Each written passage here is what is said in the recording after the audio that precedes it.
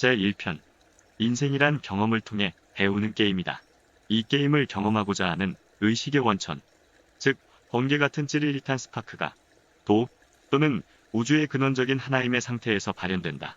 이 의식의 스파크는 수많은 프래그먼트, 즉 조각 혹은 파편으로 갈라지고 갈라진 조각들은 저마다 무리를 이루어서 대략 800개에서 1200개의 프래그먼트가 한 그룹이 되어 하나의 엔터티, 즉 본체, 실제, 통일체를 구성한다. 그 후 7개의 엔터티가 느슨하게 묶여서 하나의 캐들이, 즉 뼈대라고 하는 거대한 그룹을 형성한다. 게임의 무대를 우주의 어느 한 행성으로 결정할 것인지는 프래그먼트나 엔터티 단위가 아니라 캐들이 뼈대 단위에서 이루어진다. 하나의 캐들이에 속한 7 엔터티와 각 엔터티에 속한 모든 프래그먼트들이 동일한 행성을 게임의 무대로 선택한다는 뜻이다. 우리는 어쨌거나 이 과정을 통해 지구를 선택했고, 우리와 함께 온 프래그먼트들은 각자 저마다의 인생 과정을 거치면서 다양한 정보를 모은다. 그리고 게임의 완성 단계에 이르면 다시 하나의 엔터티 의식으로 통합되어 각 프래그먼트가 경험한 느낌과 지식을 엔터티 전체가 공유하게 된다. 프래그먼트는 이를테면 개별 인격체라고 할 수 있다. 이 에센스들이 인카네이팅을 시작하여 다양한 경험을 즐긴다. 참고로 인카네이팅이란 에센스들이 육신의 탈을 쓴다는 뜻이다. 즉 인간화된다는 말이다. 그런 다음에 자기가 속한 엔터티에 통합되기까지 지구상에서 수백 번의 환생을 거듭하면서 많은 세월을 보낸다. 인카네이팅은 엔터티에 속한 에센스들이 한꺼번에 하는 것이 아니라 시차를 두고 출발하는 게임처럼 단계적으로 이루어진다. 그래서 같은 엔터티에 속한 에센스 중에서 이미 게임을 끝내고 돌아가 기다리는 혼도 있고, 아직 지구상에 남아서 자기 단계 게임을 하고 있는 혼들도 있다. 이 지구에서 처음 태어난 에센스들은 지구가 아직 낯설기 때문에 두려움도 있고 경솔하기도 하며 때에 따라서는 무모하기도 하다. 그러나 지구에서의 수많은 환생을 끝내고 자기가 속한 엔터티에 통합되어 원래 출발했던 존재의 근원인 도우로 돌아갈 날이 멀지 않은 에센스들은 매우 사력있고 수많은 삶을 통하여 인생을 큰 그림으로 보는 방법을 터득했기 때문에 두려워하지도 않고 무서워하지도 않는다. 지구에서 인카네이팅한 에센스들이 경험을 통해 성장하는 과정을 5단계로 나누어 그것을 소울 에이지라 부른다. 인펀트 소울, 베이비 소울, 영 소울, 머처 소울, 올드 소울로 나뉘어진다.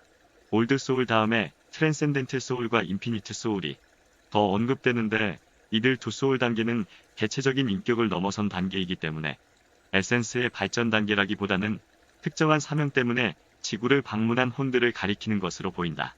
소울 에이지에 따라 삶을 대하는 태도나 존재 방식이 다르다.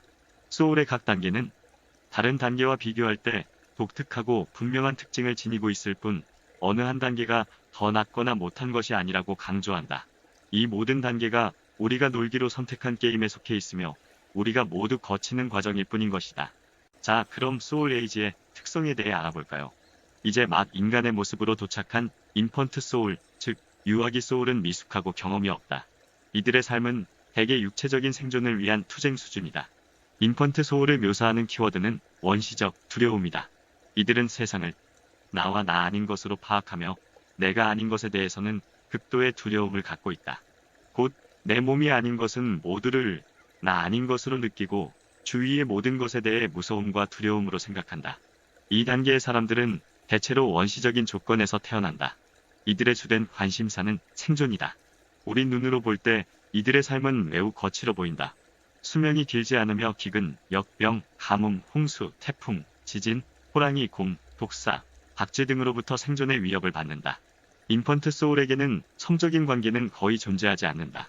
섹스를 하고 자식을 낳긴 해도 관계라기보다는 거의 동물적인 수준의 경험에 지나지 않는다.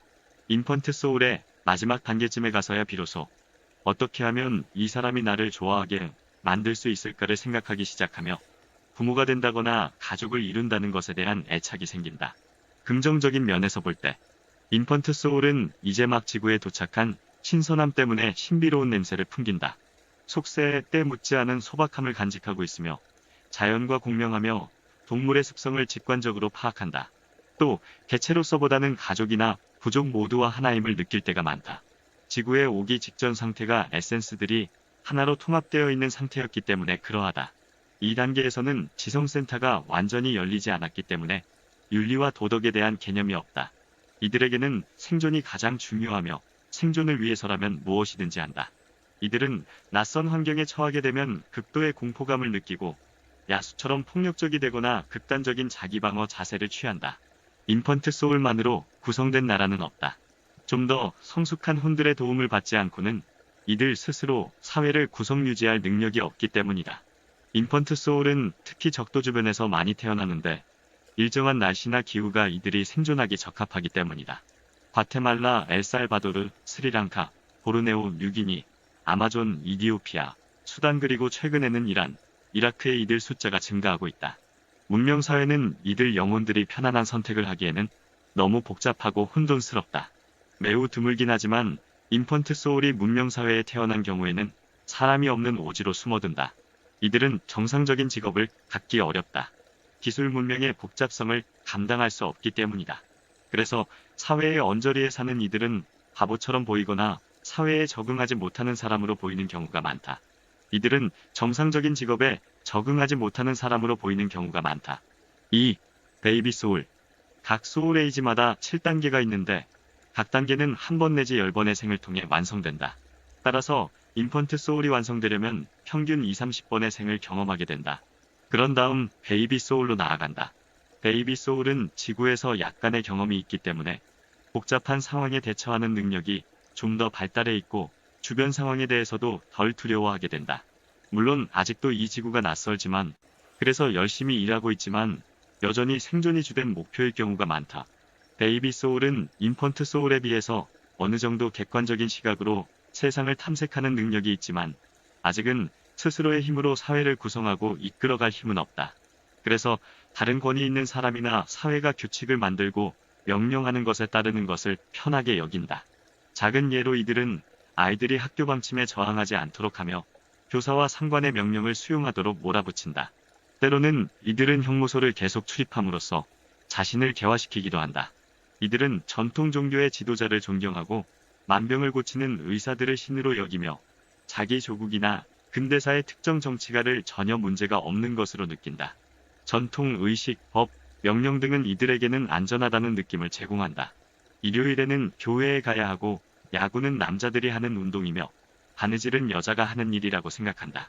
모든 것이 원칙이 있어야 하며 남의 차가 자기 집 앞에 주차해 있는 꼴을 못 본다. 잔디밭은 모형 비행기가 활공할 정도로 다듬어져 있고 집마당의 잔디밭은 관리가 잘 돼 있다.